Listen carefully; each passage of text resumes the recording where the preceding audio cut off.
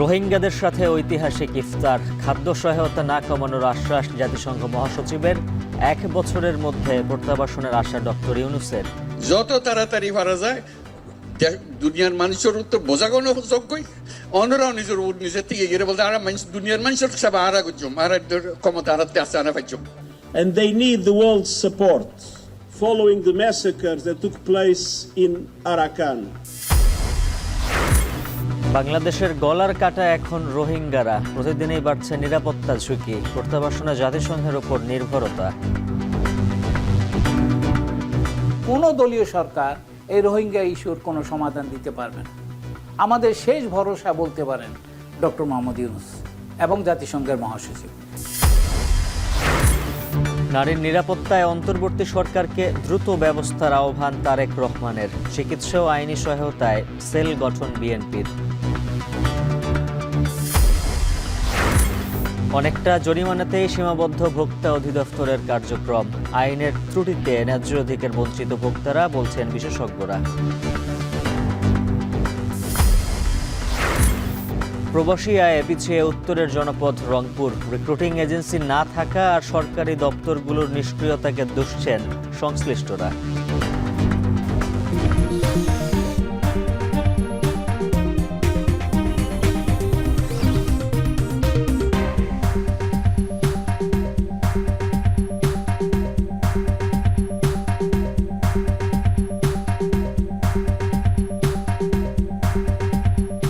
স্বাগত। এখন সকালে পুরো আয়োজনের সঙ্গে আছে মুজ্জুল হাফিজ। লাখো রোহিঙ্গার সঙ্গে ঐতিহাসিক এক ইফতার অনুষ্ঠানের সাক্ষী হলেন জাতিসংঘ মহাসচিব ও প্রধান উপদেষ্টা। এ সময় রোহিঙ্গারা আগামী বছরের রোজার ঈদ যাতে তাদের পৈতৃক ভিটায় করতে পারে, সরকার সেই চেষ্টা করবে বলে আশা প্রধান উপদেষ্টার। এর আগে জাতিসংঘ মহাসচিব ক্যাম্প পরিদর্শনে গেলে তার কাছে রাখাইন গণহত্যার বিচার ও শরণার্থী জীবনের অবসান চান রোহিঙ্গারা। এদিকে খাদ্য সহায়তা কমে যাওয়ার আশঙ্কা প্রকাশ করে জাতিসংঘ মহাসচিব বলেছেন, কাটছাট যেন না হয় তা নিশ্চিতে বিশ্ব নেতৃবৃন্দের সঙ্গে আলোচনা করা হবে। আরও জানাচ্ছেন বিলায়েত হোসাইন। নিজ দেশে নির্মম নির্যাতনের শিকার হয়ে তারা আশ্রয় নিয়েছিলেন মানবিক বাংলাদেশে। দীর্ঘ 7 বছরের ক্যাম্পবন্দি জীবনে তারা বয়ে বেড়াচ্ছেন দুঃসহ স্মৃতি। অন্যদিকে বাংলাদেশের জন্য এই সংকট দিনে দিনে বিস্ফোরা থেকে গলার কাটা হয়ে উঠছে। ঠিক এমন একটি সময়ে জাতিসংঘ মহাসচিবের এই আগমন কতটা শান্তির বার্তা বয়ে আনলো, তার জন্যই উন্মুখ রোহিঙ্গা ক্যাম্পের আশ্রয়ে থাকা এসব নারী শিশুরা। জাতিসংঘ মহাসচিবকে কাছে পেয়ে নিজ দেশের গণহত্যার বিচার চাইলেন মিয়ানমারের রাখাইন রাজ্য থেকে আসা রোহিঙ্গা নারী শিশুরা। আকুতি জানালেন মর্যাদার সাথে মাতৃভূমিতে ফিরে যেতে। তুলে ধরেন বাড়িঘর পুড়িয়ে দেওয়ার সেই নির্মম নির্যাতনের ইতিহাস। Arab tu indila opportunity na ite immunity koni bala Arab boni ba tin indila niki university ma da higher education ra study korle Arab pani ara hoide mane ara janna niki rohingya bisar ase bisar sa to itara hoide mane bisarian gori di balla pressure di। শুক্রবার দুপুর ঠিক 2:15টায় কক্সবাজারের উখিয়া বালুখালী রোহিঙ্গা ক্যাম্পে পরিদর্শনে আসেন জাতিসংঘ মহাসচিব। প্রথমেই প্রবেশ করেন লার্নিং সেন্টারে, মনোযোগ দিয়ে শুনেন শরণার্থী শিবিরের নারী শিশুদের কথা। ঘুরে দেখেন রোহিঙ্গা কালচারাল সেন্টার। অনেকটা আকস্মিকভাবে রোহিঙ্গাদের ঘরগুলোতে প্রবেশ করেন তিনি। নিজ চোখে দেখেন তাদের মানবেতর জীবন। এরপর বিকেল 3:45টার দিকে উখিয়া ক্যাম্পে গণমাধ্যমের সঙ্গে কথা বলেন গুতেরেস। বলেন, রোহিঙ্গাদের খাদ্য সহায়তায় যেন কাটছাট না হয় সেজন্য পুরো বিশ্বের সাথে কথা বলবেন তিনি। এটা কোনোভাবেই গ্রহণ করা হবে না। Rohingyas want to go back to Myanmar. It's essential that the international community does everything to make sure that peace is established in Myanmar. তিনি বলেন, রোহিঙ্গারা দেশে ফিরতে চায়, এটা তাদের অধিকার। তবে মিয়ানমারের শান্তি নিশ্চিত করা জরুরি এবং এর জন্য আন্তর্জাতিক সম্প্রদায়কে কাজ করার আহ্বান জানান তিনি। I can promise that we will do everything to avoid it, and I will be talking to all countries in the world that can support us in order to make sure that funds are made available to avoid a situation in which people would suffer even more. সাংবাদিকদের সাথে কথা বলা শেষ করে জাতিসংঘ মহাসচিব পরিদর্শন করেন রোহিঙ্গাদের উৎপাদিত কারুপণ্য, কথা বলেন রোহিঙ্গা তরুণদের সাথে।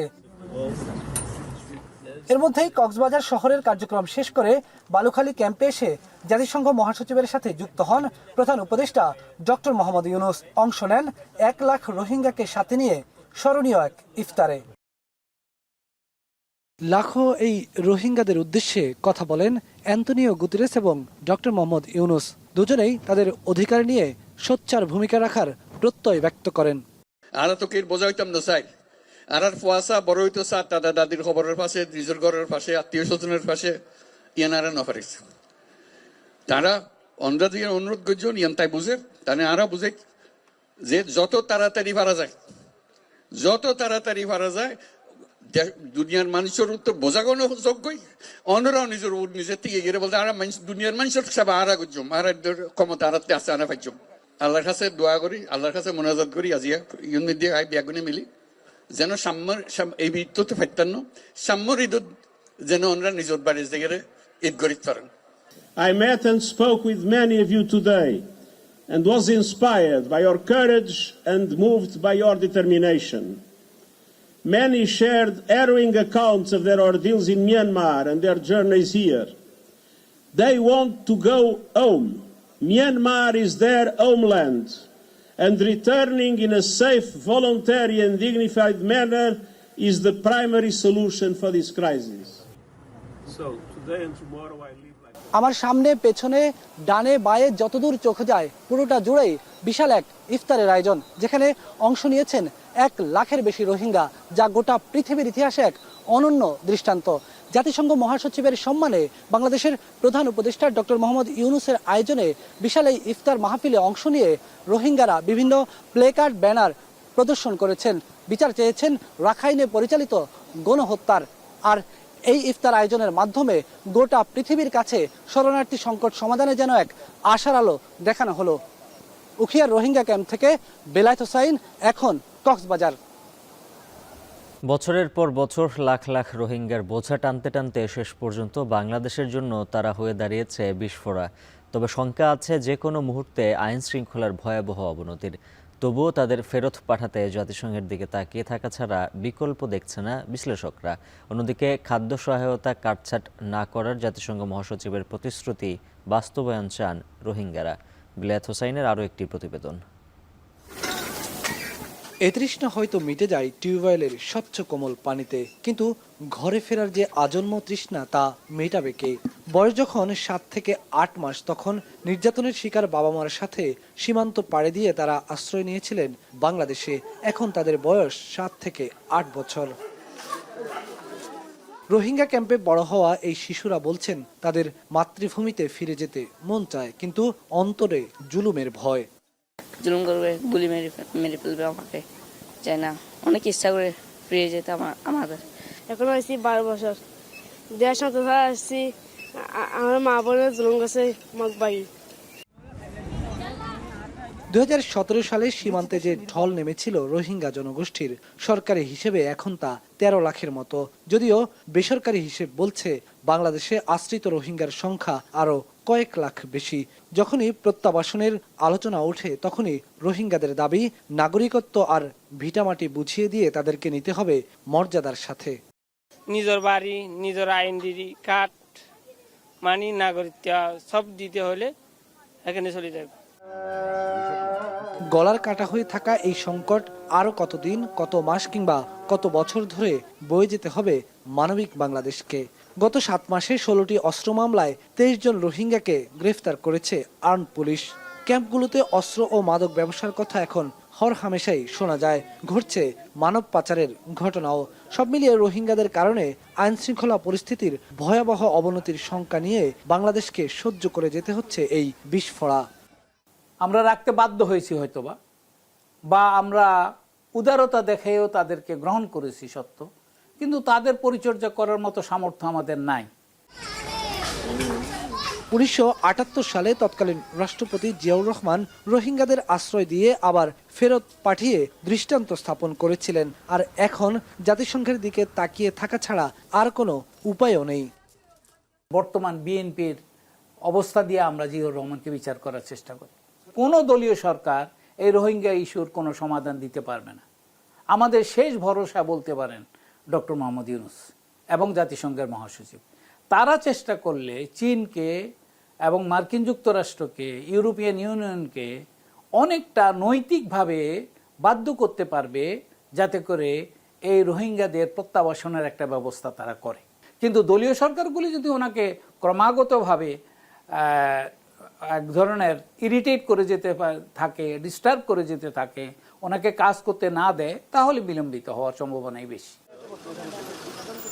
তবে জাতিসংঘ মহাসচিবের এই সফরকে অত্যন্ত তাৎপর্যপূর্ণ বলে মনে করছেন বিশ্লেষকরা। বিশেষ করে 1 লাখ রোহিঙ্গাকে জড়ো করে ঐতিহাসিক যে ইফতার আয়োজন করেছেন প্রধান উপদেষ্টা, তা গোটা পৃথিবীর কাছে দৃষ্টান্ত। 8-10 বছরে অনেকগুলো আন্তর্জাতিক ক্রাইসিস তৈরি হয়েছে আপনার বিভিন্ন দেশে, ইউক্রেনে, আপনার গাজায়, সিরিয়াতে। এইসব ক্রাইসিসের কারণে রোহিঙ্গা ক্রাইসিস থেকে আন্তর্জাতিক সম্প্রদায়ের ফোকাসটা একটু সরে গিয়েছিল। আমরা মনে করি যে জাতিসংঘ মহাসচিব এখানে আসায় ইন্টারন্যাশনাল অ্যাটেনশনটা আবার এখানে আসবে এবং রোহিঙ্গাদের যে হ্রাসমান যে খাদ্য সাহায্য সেটা আবার হয়তো আরো বাড়বে। 1 লক্ষ লোক নিয়ে ইফতার করার ঘটনা যে খুব বেশি আছে দুনিয়াতে তা নয়।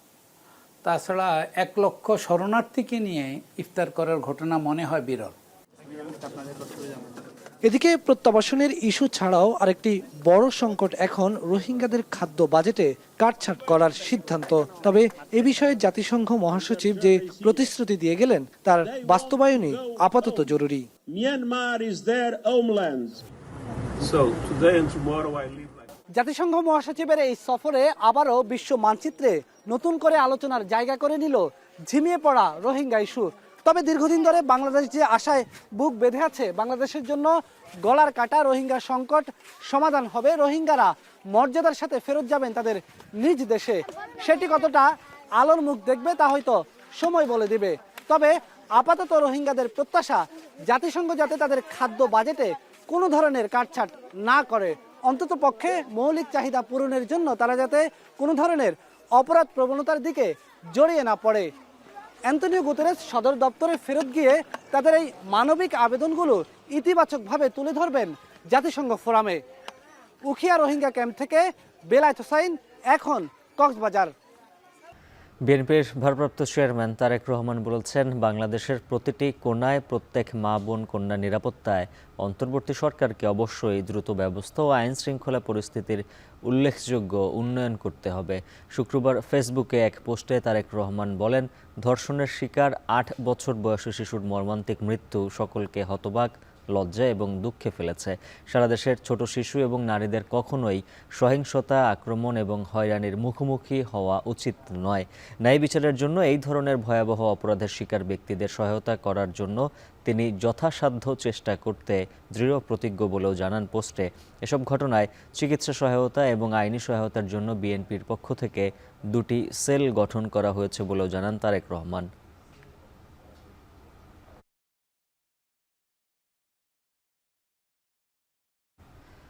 গেল 15 বছরে বাজার তদারকি করে প্রায় 140 কোটি টাকা জরিমানা করেছে ভোক্তা অধিদপ্তর।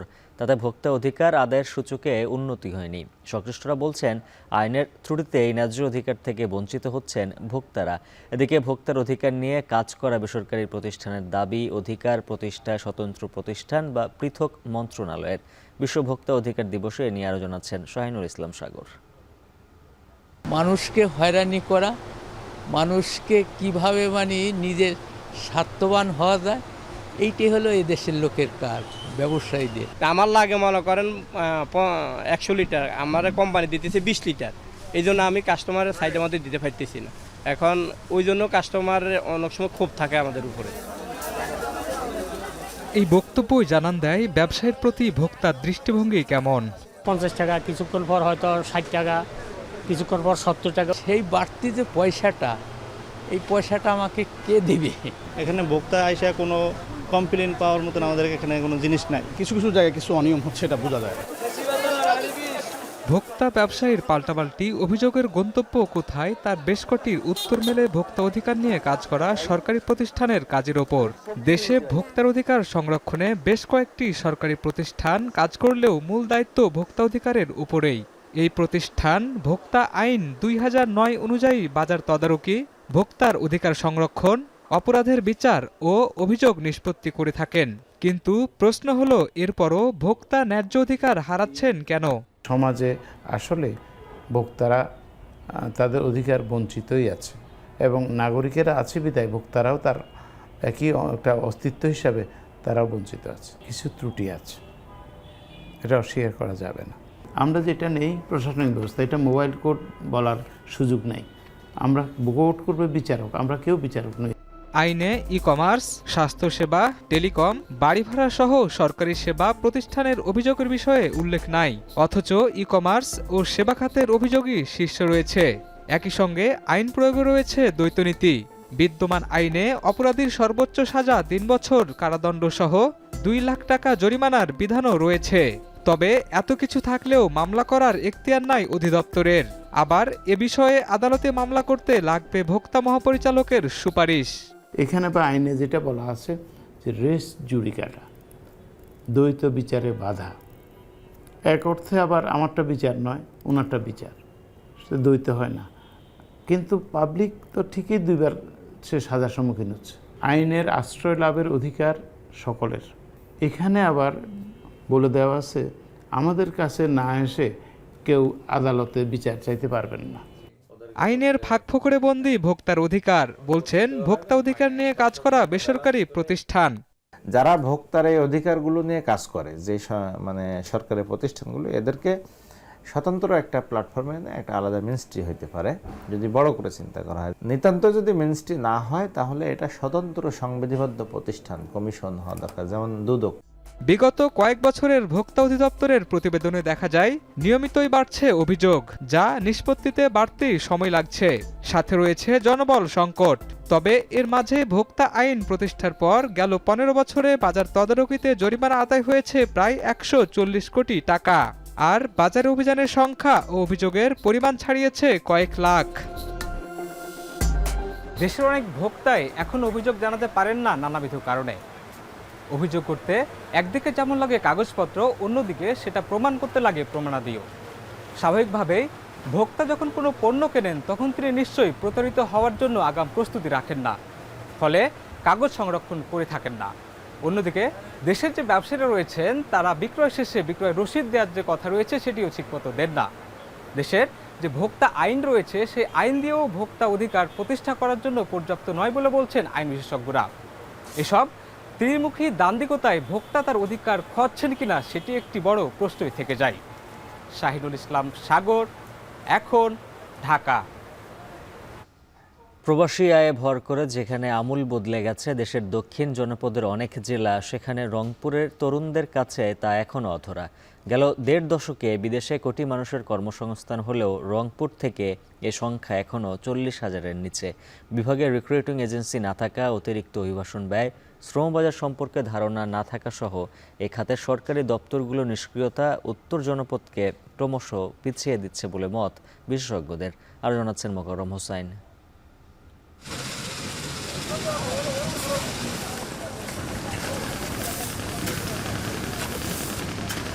উত্তর জনপদের সঙ্গে মঙ্গা, অভাব আর দারিদ্রতার সম্পর্ক যেন নিয়তির অনিবার্য বাস্তবতা। এখানকার বিস্তীর্ণ মাঠ জুড়ে ফসলের ক্ষেত, কৃষি নির্ভর অর্থনীতির যে চিত্রই তুলে ধরুক না কেন, বেকারত্ব আর অদক্ষতাও এখানকার করুণ বাস্তবতা। দিনাজপুর, ঠাকুরগাঁও, পঞ্চগড় সহ উত্তরের 8 জেলা নিয়ে গঠিত 16,374 বর্গ কিলোমিটার আয়তনের রংপুর বিভাগে প্রায় 1.25 কোটি মানুষের বাস। কাগজে কলমে শিক্ষিতের হার 70% বলা হলেও বড় পরিসরে কর্মসংস্থান বলতে কেবল নীলফামারীর সৈয়দপুরে উত্তরা পিজেড, যেটি এখানকার অর্থনীতির পুষ্টি যোগাতে কাজ করছে আলাদিনের প্রদীপের মতো। কিন্তু বিভাগের বাকি জেলা, উপজেলা ও গ্রামাঞ্চলের সিংহভাগ মানুষের আয়ের অবস্থা বেশ নাজুক। এই অঞ্চলে ইতিমধ্যেই শস্য বিপ্লব ঘটলেও তা ক্রমবর্ধমান জীবনযাত্রার ব্যয়ের ফারাক মেটাতে পারেনি। এমনকি দক্ষিণের মানুষের তুলনায় এখানকার মানুষের জীবনযাত্রার মানেও রয়েছে বিস্তর পার্থক্য। আর এই বৈষম্যের নেপথ্যে রয়েছে উত্তরাঞ্চল থেকে বৈদেশিক কর্মসংস্থানের নিম্ন হার। বিদেশে যাব, এটা যে যাওয়ার মতো একটা অফিস আছে বা যাব এখানে সাজেশন নিব যে এই দেশে যাব বা এই কাজ করব, এগুলো আমরা জানিই না। না জানলে কিভাবে আমরা জয়েন করতে পারি? পরিসংখ্যান বলছে 2009 থেকে 2023 সাল পর্যন্ত 16 বছরে রংপুর জেলা থেকে কাজ নিয়ে প্রবাসে পাড়ি জমিয়েছেন 33,104 জন। অথচ একই সময় সারা দেশ থেকে বিদেশে পাড়ি দিয়েছে 95,62,716 জন। সেই হিসেবে রংপুর থেকে জনশক্তি রপ্তানির হার মাত্র 0.34%। আমরা যে বিদেশে যাব, কেন আমাদের এই লাভবানগুলো হবে বা কীভাবে না সহজ উপায়ে যাইতে পারি, এর ক্যাম্পেইন খুব কম দেখি। বিদেশে যাওয়ার যে মানে একটা সরকারিভাবে ব্যবস্থা আছে, তারা ক্যাম্পেইন করে চাইলে কিন্তু এটা প্রচার করতে পারে। তাহলে দেখা যাবে যে এই অঞ্চলে মানুষের ভিতরে হচ্ছে বিদেশে যাওয়ার প্রবণতাটাও বেড়ে যাবে। অথচ গেল এক যুগে কেবল কুমিল্লা জেলা থেকে প্রবাসী কর্মীর সংখ্যা প্রায় 10 লাখ। বৈদেশিক কর্মসংস্থানের নিম্নহারের কারণে শিল্পায়ন কিংবা বিদেশি বিনিয়োগ উভয় ক্ষেত্রেই পিছিয়ে রংপুর অঞ্চল। স্বল্প মূল্যে স্থানীয়ভাবে বিক্রি করা শ্রমের মাধ্যমে দারিদ্র্যের দুষ্টচক্র থেকে বের হতে পারছেন না এই অঞ্চলের মানুষ, বলছেন অর্থনীতি বিশ্লেষকরা। আয় কম হওয়াতে তাদের স্বাভাবিকভাবে তাদের সঞ্চয় কম। এই সঞ্চয় কম হওয়ার কারণে বিদেশে যাওয়ার যে প্রবণতা, এখানে যে একটা বিপুল অর্থের পরিমাণ তাদের দরকার হয়, এটা হচ্ছে তারা জোগাড় করতে পারে না। আর যে অর্থটা দিয়ে তাদেরকে বাইরে যেতে হয়, এটার পরিমাণটা মধ্যস্বত্বভোগী এবং অন্যান্য বিভিন্ন এজেন্সি পার হয়ে তারপর ঢাকায় গিয়ে তাদেরকে ওই এজেন্সির দ্বারস্থ হতে গিয়ে তারা যেই টাকায় বিদেশে যাওয়ার কথা তার চেয়ে বহুগুণ বেশি দিয়ে তারা বাইরে যেতে হয়। এদিকে গেল বছরের নভেম্বর পর্যন্ত সারা দেশ থেকে 9,06,355 জন কর্মসূত্রে বিভিন্ন দেশে পাড়ি জমালেও রংপুর বিভাগের 8 জেলা থেকে এই সংখ্যা মাত্র 21,670 জন। গেল বছর দেশের সর্ব উত্তরের জেলা কুড়িগ্রাম থেকে বৈদেশিক কর্মসংস্থান নিশ্চিত হয়েছে 5,108 জনের, যেটি রংপুর বিভাগের সর্বোচ্চ। আর 4,321 জন গিয়েছে রংপুর জেলা থেকে, যা দ্বিতীয় সর্বোচ্চ। এছাড়া ঠাকুরগাঁও থেকে 2,589, নীলফামারী থেকে 2,254, লালমনিরহাট থেকে 1,650 আর পঞ্চগড় থেকে এ সংখ্যা মাত্র 1,445 জন। এছাড়া শস্য ভাণ্ডার দিনাজপুর থেকে প্রবাসী কর্মীর সংখ্যা খানিকটা বেড়ে দাঁড়িয়েছে 4,303 জনে। উত্তর জনপদে বিপুল পরিমাণে কর্মঠ জনশক্তি থাকলেও কর্মসংস্থানের অভাবে তাদের শ্রমের সঠিক ব্যবহার করা যাচ্ছে না, যার ফলে নিম্ন আয়ের মানুষরা বের হতে পারছে না দারিদ্র্যের দুষ্টচক্র থেকে। অথচ এই জনশক্তিকে বিদেশে রপ্তানি করে আয় করা যেত বিপুল পরিমাণে বৈদেশিক মুদ্রা, কিন্তু উত্তর জনপদে কোনো রিক্রুটিং এজেন্সি না থাকা কিংবা অতিরিক্ত অভিবাসন ব্যয়ের কারণে সেদিকেও সুদৃষ্টি দেওয়া যাচ্ছে না। এই সমস্যা সমাধান কিংবা বেকারত্বের বোঝা কমাতে সবার আগে উদ্যোগী হতে হবে এই রাষ্ট্রকেই। নিডটাকে অ্যাসেস করে প্রপারলি যেই লোকগুলো যেতে চায় তারা যাতে মানে মাঝখানে দালালের দৌরাত্ম্য থেকে বের হয়ে সরাসরি কোনোভাবে যদি যেতে পারে, তাহলে হয়তো এই জায়গাগুলো থেকে অনেকেই যেতে আগ্রহী হবে। এই অবস্থায় নতুন শ্রমবাজার সৃষ্টি কিংবা বিদ্যমান বাজারে অগ্রাধিকার ভিত্তিতে রংপুর বিভাগ থেকে বৈদেশিক কর্মসংস্থানের হার না বাড়ানো গেলে বেকারত্ব আর দারিদ্রতাকে বৃদ্ধাঙ্গুলি দেখাতে আরও যে বহু পথ পাড়ি দিতে হবে একথা বলাই যায়। অবশ্য এজন্য বিপুল অর্থ খরচ করে রংপুরের 2 উপজেলায় 2টি কারিগরি প্রশিক্ষণ কেন্দ্র নির্মাণ করা হলেও সে তুলনায় মিলছে না উপকার। বিগত সরকারের গাফিলতিতে এসব প্রশিক্ষণ কেন্দ্র হয়ে উঠেছে অবকাঠামো সর্বস্ব প্রতিষ্ঠানে। মোকাররম হোসাইন, এখন রংপুর। ঝালকাঠিতে অসাধু সমবায় সমিতির খপ্পরে নিঃস্ব হয়েছেন হাজারো মানুষ। গত 1 বছরে শত কোটি টাকা নিয়ে লাপাত্তা হয়েছে বেশ কিছু সমবায় প্রতিষ্ঠান। সঞ্চয় করা অর্থ উদ্ধারে মালিকদের খোঁজ করলেও মিলছে না হদিস।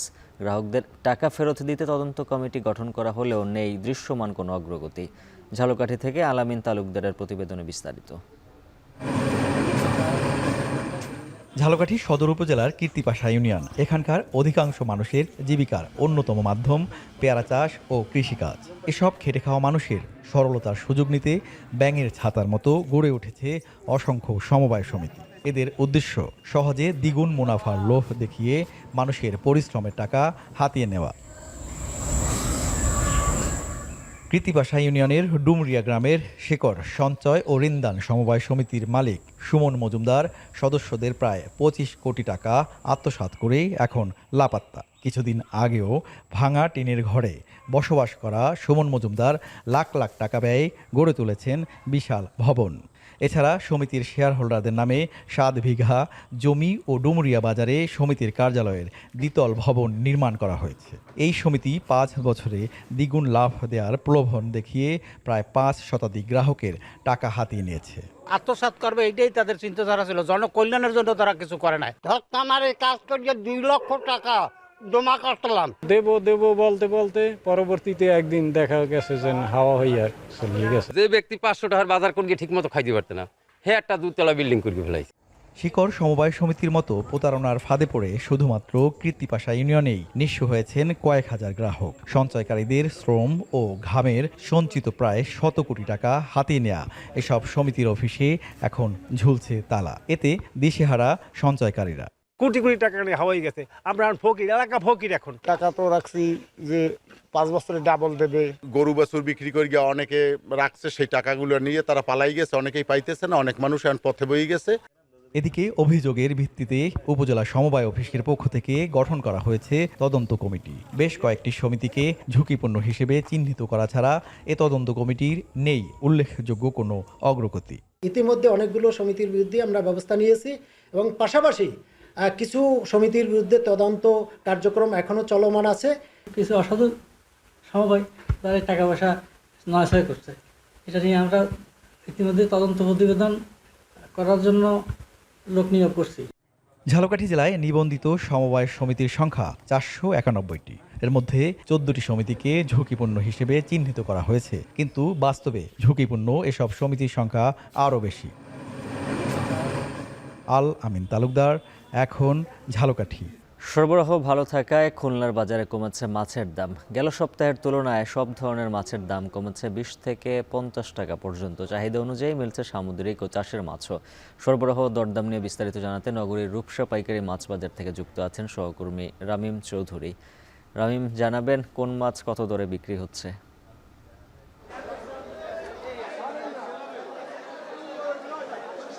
উজ্জ্বল, খুলনায় মাছের যে সরবরাহ সেটি কিন্তু গত কয়েকদিনের তুলনায় অনেকটাই বেড়েছে এবং আজকে কিন্তু আমরা বাজারে এসে যেটি দেখেছি যে সামুদ্রিক মাছ থেকে শুরু করে চাষের মাছ, সব ধরনের মাছের সরবরাহ কিন্তু বাজারে বেশ ভালো রয়েছে। রমজানের যে শুরুর সময়টাতে ছিল সেই সময়টাতে কিন্তু মাছের যে দাম সেটি কিন্তু অনেকটাই বিশেষ করে কম ছিল, বেশি ছিল রমজানের শুরুতে, কিন্তু এই সময়টাতে কিন্তু দাম কিন্তু অনেকটাই কমে এসেছে, যার প্রধান কারণ হিসাবে ব্যবসায়ীরা যেটি বলছেন যে সরবরাহ কিছুটা ভালো রয়েছে। এখানে কিন্তু আজকে আমরা দেখেছি যে এখানে সামুদ্রিক মাছ রয়েছে বাজারে প্রচুর, এর পাশাপাশি চাষের মাছও কিন্তু অনেকটাই বেশি রয়েছে। বিশেষ করে ব্যবসায়ীরা যেটি বলছেন যে মূলত নতুন করে চাষের যে জায়গাগুলো রয়েছে সেখান থেকে কিন্তু সরবরাহ বেড়েছে এবং এই সরবরাহ বাড়ার কারণে কিন্তু মাছের যে দাম সেটি কিন্তু অনেকটাই কমে এসেছে বলে এখানকার ব্যবসায়ীরা জানিয়েছেন। আপনি যে পাবদাটি আজকে দেখছেন, পাবদা কিন্তু আজকে বিক্রি করা হচ্ছে মাত্র 300 থেকে 320 টাকা পর্যন্ত, যেটি কিন্তু গত কয়েকদিন আগেও ছিল 350 থেকে 380 টাকার মধ্যে। পাঙ্গাস মাছ কিন্তু আজকে বাজারে প্রচুর রয়েছে। বড় সাইজের যে পাঙ্গাস মাছ সেগুলো কিন্তু বিক্রি করা হচ্ছে 170 থেকে 180 টাকার মধ্যে। মোটামুটি বললে চলে যে বাজারে যে সব মাছ রয়েছে সব ধরনের মাছেরই কিন্তু দাম কিছুটা কম রয়েছে বলে এখানকার ব্যবসায়ীরা আমাদেরকে জানিয়েছেন। এর পাশাপাশি সামুদ্রিক মাছও রয়েছে বাজারে। সামুদ্রিক মাছের মধ্যে কিন্তু আমরা দেখেছি যে বাজারে ইলিশ কিন্তু রয়েছে, ছোট সাইজের যে ইলিশ সেটি কিন্তু 600 টাকা করে যেটা বিক্রি করা হতো সেটি কিন্তু আজকে বিক্রি করা হচ্ছে 450 থেকে 500 টাকার মধ্যে পাইকারি বাজারে। আমরা রয়েছি রূপসা পাইকারি মাছ বাজার। এই পাইকারি মাছ বাজারে কিন্তু যে এই যে বাজার, এই বাজার থেকেই কিন্তু দক্ষিণাঞ্চলের বিভিন্ন বাজারে মাছ সরবরাহ করা হয়ে থাকে এবং এই মাছ সরবরাহ করার পরে কিন্তু সেটি খুচরা বাজারে যায় এবং সেই খুচরা বাজারে কিন্তু কিছুটা অভিযোগ রয়েছে দাম নিয়ে। এখানকার ক্রেতারা যেটি বলছেন যে মূলত পাইকারি বাজারে দাম বেশি থাকলেও কিন্তু খুচরা বাজারে দাম, পাইকারি বাজারে দাম কম থাকলেও কিন্তু খুচরা বাজারে দাম অনেকটাই বেশি রাখা হয় এবং এই বাজার তদারকি করতে হবে বলে এখানকার ব্যবসায়ীরা বলছেন। বিশেষ করে ক্রেতারা যেটি তাদের দাবি যে মাছের যে দাম রমজান মাস অনুযায়ী কিন্তু দাম সেই পরিমাণ কমেনি, আরও দাম যদি কমে থাকে তাহলে কিন্তু সাধারণ মানুষের জন্য অনেকটাই সুবিধা হবে এই রমজান মাসে। তো মোটামুটি বলে চলে যে বাজার বর্তমানে বেশ ভালো রয়েছে মাছের বাজার। তো উজ্জ্বল, এই ছিল আমার কাছে খুলনা থেকে মাছ বাজারের সবশেষ খবর। রাহিম চৌধুরী জানাচ্ছিলেন খুলনার মাছ বাজারের খবর। সারা বছরের তুলনায় রোজায় মুড়ির উৎপাদন ও চাহিদা বেড়ে যায় কয়েক গুণ। আধুনিক মেশিনে উৎপাদন হলেও এখনও হাতে ভাজা মুড়ির কদর কমেনি। রোজার শুরু থেকে মুড়ি তৈরিতে ব্যস্ত সময় পার করছে সাতক্ষীরা উত্তর গাভা গ্রামের ৮০টি পরিবার। আয়ের প্রধান উৎস হাতে ভাজা মুড়ি হওয়ায় গ্রামটি এরই মধ্যে মুড়ি গ্রাম হিসেবে পরিচিতি পেয়েছে। মাসুদ রানার ছবিতে আরও জানাচ্ছেন আহসান রাজীব।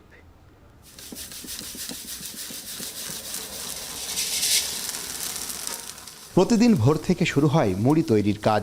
মাটির পাত্রে বালি গরম করে চাল আর লবণ পানির মিশ্রণ ঢেলে নাড়াচাড়া করলেই কয়েক সেকেন্ডের মধ্যে তৈরি হয় সাদা মুড়ি। সনাতন পদ্ধতিতে হাতে ভাজা এই মুড়িতে কোনো ধরনের ইউরিয়া বা কেমিক্যাল ব্যবহার হয় না, যে কারণে বাজারে চাহিদা আছে বেশ। সাতক্ষীরা সদরের গাভা গ্রামের প্রতিটি বাড়িতে চলে মুড়ি তৈরির কাজ। এসব মুড়ি প্যাকেট করে সাতক্ষীরা শহরের সুলতানপুর বড়বাজার, আশাশুনি, বড়দল, পারুলিয়া, নলতা, কালীগঞ্জ সহ আশেপাশের বড় বড় হাট বাজারে পাইকারি বিক্রি করা হয়। আমাদের গাভা গ্রামে 40 থেকে 50 জন মুড়ি ভাজে। প্রতিদিন এক বস্তা ভাজে, কেউ 50 কেজি ভাজে, কেউ 100 কেজি ভাজে। 30 থেকে 35 বছর পর্যন্ত ভাজা হচ্ছে, আর এখন রোজার সময় বেশি মুড়ির চাহিদা। মিলের মুড়িগুলো হয় ইউরিয়া দিয়ে ভাজা, কিন্তু আমাদের এটা লবণ দিয়ে ভাজা, এটাতে কোনো কেমিক্যাল দেওয়া হয় না। নানা সংকট থাকলেও এখনও পূর্বপুরুষের পেশা ধরে রেখেছেন এই গ্রামের 80 ঘর মানুষ। সারা বছর কম বেশি মুড়ি বিক্রি হলেও রোজার মাসে চাহিদা বেড়ে যায় কয়েক গুণ। তবে চালের দর বাড়লেও সেই তুলনায় দাম বাড়েনি মুড়ির। 90 থেকে 95 টাকা পাইকারি, এটা 110 টাকা পর্যন্ত খুচরা বিক্রি হয়। বর্তমানে বাজারে চালের দাম বেশির কারণে আমাদের মুনাফা একটু কম হচ্ছে।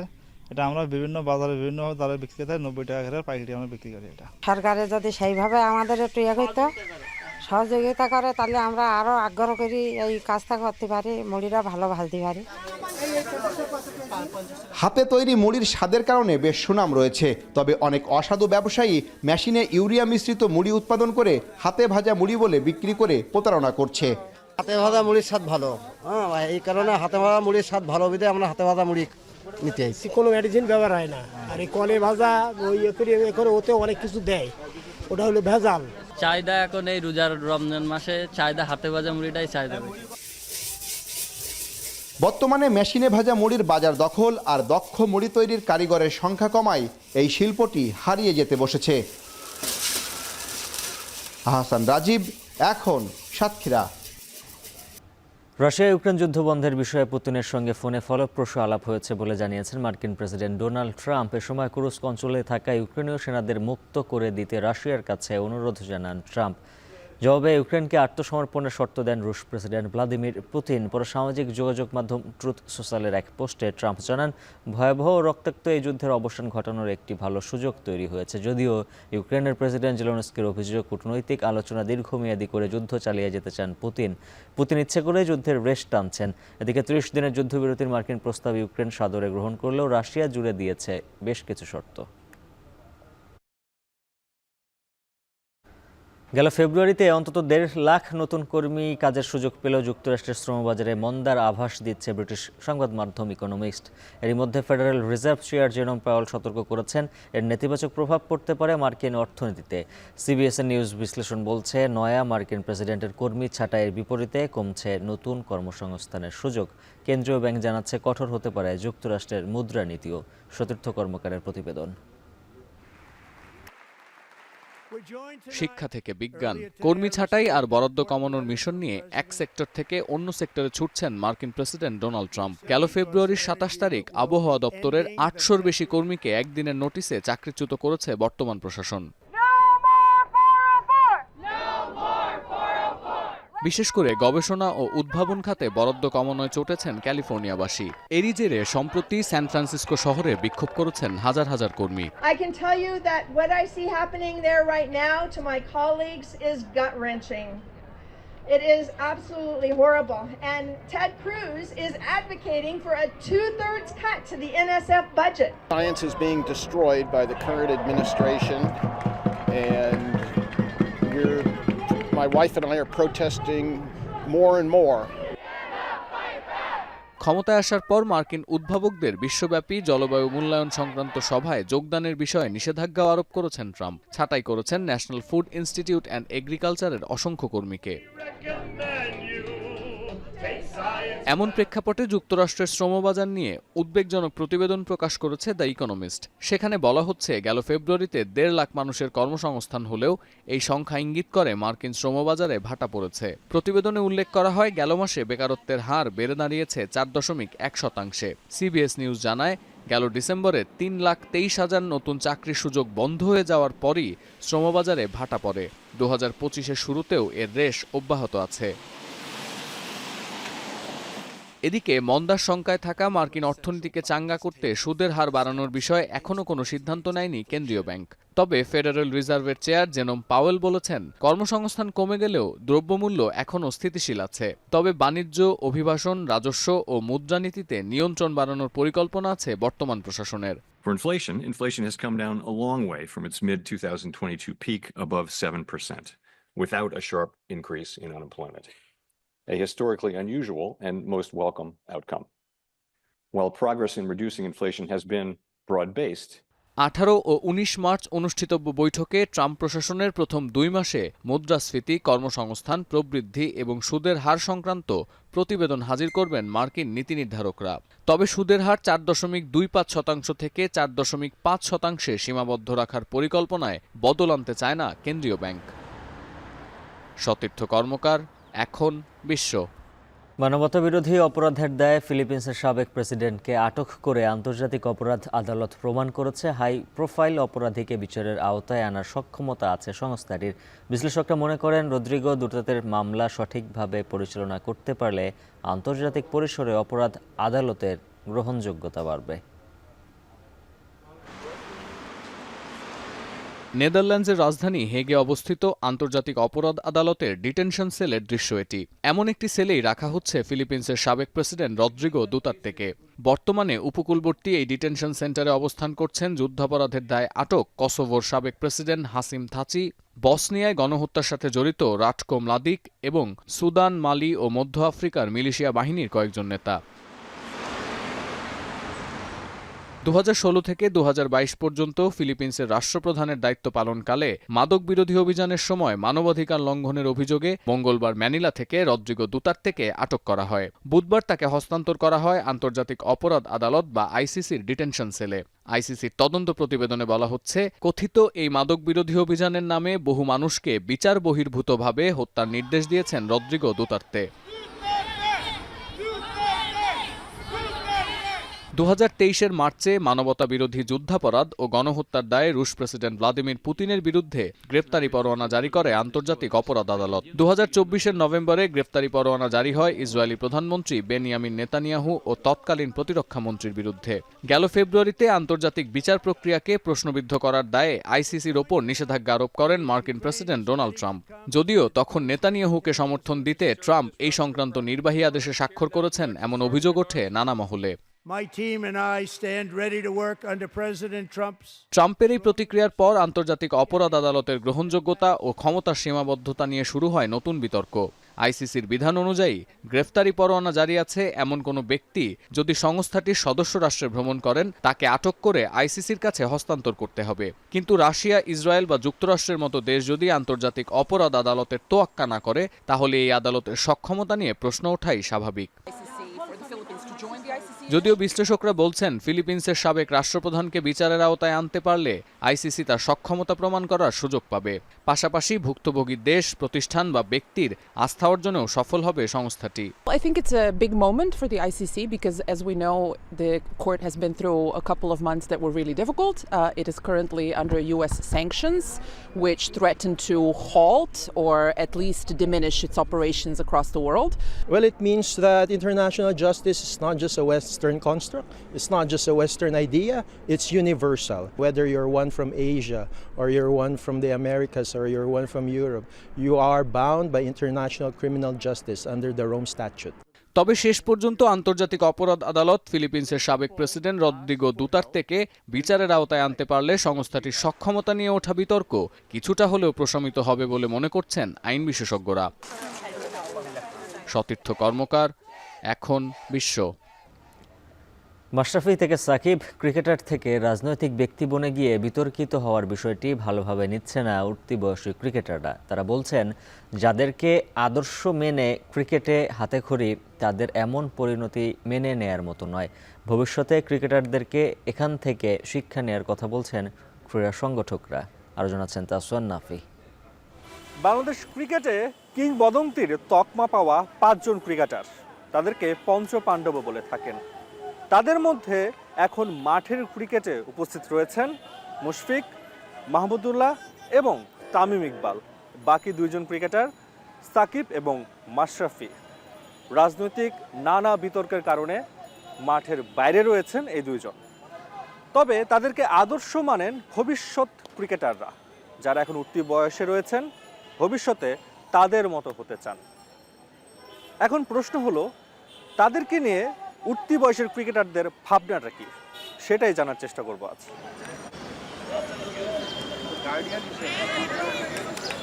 সাকিব, তামিম ওনারা আসলে একজন কিংবদন্তি প্লেয়ার। ওনারা আমাদেরকে ওদেরকে দেখে আমরা ক্রিকেট খেলা শিখেছি। মাশরাফির জন্য খারাপ লাগে, কারণ আমার মনে হয় একজন খেলোয়াড়কে সেই খেলোয়াড়ই থাকা উচিত, তাকে রাজনীতি বা এইসব জিনিসে ঢোকার কোনো প্রয়োজন নেই। ক্রিকেটাররা কোনো রাজনীতিতে গেলে সে রাজনীতির পরিবেশের সাথে সে খাপ খাওয়াই নিতে পারে না। শুধু ক্রিকেটার না, যে কোনো স্পোর্টসম্যানেরই উচিত কোনো রাজনীতি বা অন্য কোনো সংগঠনে যুক্ত না হওয়াটাই বেটার। ওরা অনেক ভালো খেলতো, বাংলাদেশ টিমের জন্য অনেক ভালো গুরুত্বপূর্ণ অবদান রেখেছিল, কিন্তু এই যে ওরা যে মাঝখানে যে শিক্ষাটা দিয়ে ওরা গেল, এটা খুবই খারাপ লাগছে আমার কাছে। ওরা যদি রাজনীতিতে না থাকতো তাহলে আজকে আমরা ওদের দেশে মাটিতে খেলতে দেখতে পারতাম। ওনাদের আসলে ক্রিকেট খেলা থেকে অবসর নেওয়ার পরে এইসব রাজনীতির ভিতরে না ঢুকে আমাদের প্রশিক্ষণ দিলে আরো ভালো হতো। ভক্ত কিংবা সমর্থক সাকিব মাশরাফির এমন অনুসারী পুরো দেশ জুড়ে রয়েছে অসংখ্য। তাদের কথায় স্পষ্ট, ক্রিকেট থেকে 2 জনের রাজনীতির মাঠে বিচরণ নেতিবাচক হিসেবেই দেখছেন তারা। এমনকি এই উঠতি বয়সী ক্রিকেটারদের সুরে সুর মেলালেন কোচ কিংবা অভিভাবক, 2 পক্ষই। যেহেতু আইডল ছিল, ওদের নতুন প্লেয়ারগুলা ওদেরকে দেখে শিখবে, কিন্তু এখন নেগেটিভ কিছু তো ওদের মাথায় আসবেই। কোনো একটা দলে যখন আপনি চলে যাবেন, তখন আর বাকি এই যে 60% লোক আপনাকে পছন্দ করবে না। 2 দশক দেশের ক্রিকেটে অবদান রেখেছেন সাকিব আল হাসান আর মাশরাফি বিন মুর্তজা, যাদের বর্তমান পরিস্থিতি ভবিষ্যতের ক্রিকেটারদের জন্য বড় শিক্ষা বলে মনে করেন ক্রিকেট বোর্ডের সাবেক এই পরিচালক। যারা এরকম বড় ক্রিকেটার হবে, তাদের জন্য কিন্তু সাকিব মাশরাফি একটা লেসন, যে আমি আগামীতে বড় প্লেয়ার যদি আমি হই, আমি রাজনীতিতে জড়াবো না, খেলা শেষ করে তারপরে আমি যদি জড়াই, সেটা আমার ব্যক্তিগত ব্যাপার। দেশসেরা 5 ক্রিকেটারদের মধ্যে 2 জনের এমন অবস্থা নিশ্চয়ই নাড়া দেয় ভক্তদের মনে।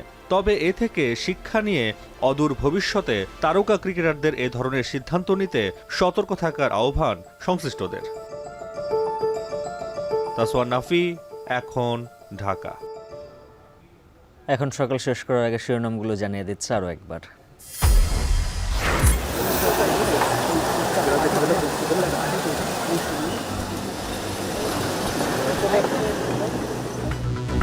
রোহিঙ্গাদের সাথে ঐতিহাসিক ইফতার, খাদ্য সহায়তা না কমানোর আশ্বাস জাতিসংঘ মহাসচিবের। 1 বছরের মধ্যে প্রত্যাবাসনের আশা ডক্টর ইউনূসের। যত তাড়াতাড়ি পারা যায় দুনিয়ার মানুষের তো বোঝাগোনো যোগ্যই, অন্যরাও নিজের থেকে গিয়ে বলতে আমরা দুনিয়ার মানুষের সব আরা করছুম, আর ক্ষমতা হারাতে আসতে আনা পাইছুম। And they need the world's support following the massacres that took place in Arakan. বাংলাদেশের গলার কাটা এখন রোহিঙ্গারা, প্রতিদিনই বাড়ছে নিরাপত্তা ঝুঁকি, প্রত্যাবাসন জাতিসংঘের উপর নির্ভরতা। কোনো দলীয় সরকার এই রোহিঙ্গা ইস্যুর কোনো সমাধান দিতে পারবে না। আমাদের শেষ ভরসা বলতে পারেন ডক্টর মোহাম্মদ ইউনূস এবং জাতিসংঘের মহাসচিব। নারীর নিরাপত্তায় অন্তর্বর্তী সরকারকে দ্রুত ব্যবস্থার আহ্বান তারেক রহমানের। চিকিৎসা ও আইনি সহায়তায় সেল গঠন বিএনপির। অনেকটা জরিমানাতেই সীমাবদ্ধ ভোক্তা অধিদপ্তরের কার্যক্রম। আইনের ত্রুটিতে ন্যায্য অধিকার বঞ্চিত ভোক্তারা, বলছেন বিশেষজ্ঞরা। প্রবাসী আয় পিছিয়ে উত্তরের জনপদ রংপুর। রিক্রুটিং এজেন্সি না থাকা আর সরকারি দপ্তরগুলোর নিষ্ক্রিয়তাকে দুষছেন সংশ্লিষ্টরা। আর এই ছিল এখন সকালের আয়োজন। এখন টেলিভিশন ওয়েবসাইটে দেখতে ভিজিট করুন এখন.টিভি, ফেসবুকে দেখুন facebook.com/tv.এখন আর ইউটিউবে দেখুন youtube.com/c/echontv।